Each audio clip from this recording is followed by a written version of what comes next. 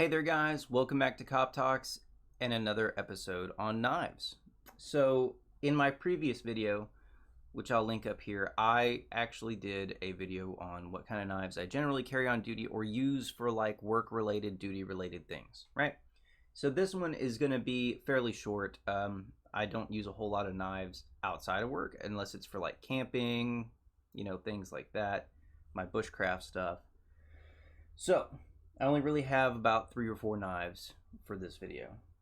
First off, we're going to start with my handy Mora knife. These are great. These are great knives. They're fairly thick. I've used this one on you can probably see some scratches. I've used it on a ferro rod, a pretty tough one. These are just very comfortable. The grip is just so comfortable in my hand. The grind on this blade is just so good, and they come out so sharp.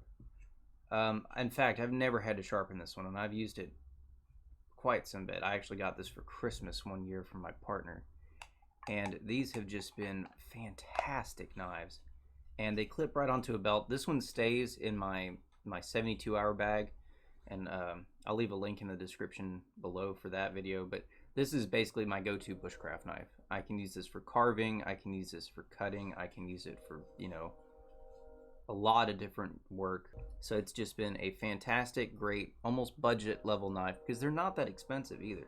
Moving on from there, I have an Ontario Knife Company Cerberus. This one right here is also another bushcraft knife of mine. This is actually a parkerized finish, so you do have to keep this oiled up, otherwise it will start to rust on you. But this thing has gotten used as a bushcraft knife. It has a fantastic edge.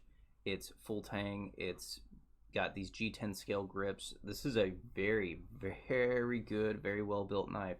And I copped this from the Ontario Knife guys at the NRA convention in Dallas. I was actually working the convention. I kept eyeballing this knife, and the guy finally called me over and made me a solid deal on it. I think I paid $50 for it. I thought, oh, okay, sweet. When I got back to the hotel, this thing was like $100 plus knife, and I was like, oh shit, I got a good deal on this knife.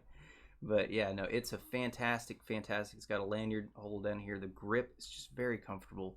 You could even baton this, you could use it to cut wood. You could use it, it's sharp, it's very thick. You can almost use it as a pry bar. Came with a very decent sheath, positive locking. It had another strap that kind of like went around and locked in, but I just didn't like that, and I didn't use it. It has a drain hole here for, you do like waterborne operations. The water can drain out. Just a fantastic, very good quality knife. Been very happy with that. The next knife I don't really take out, primarily because I don't have a sheath for it. Also, it's very sentimental to me.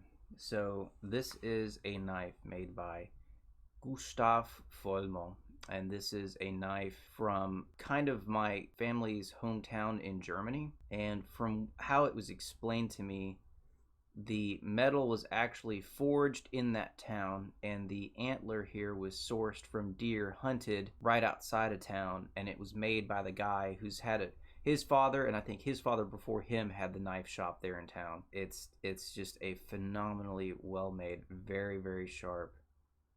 This is actually stainless steel, and he didn't say what type of stainless steel, but it does say rostfrei, which means rust free, so it's stainless.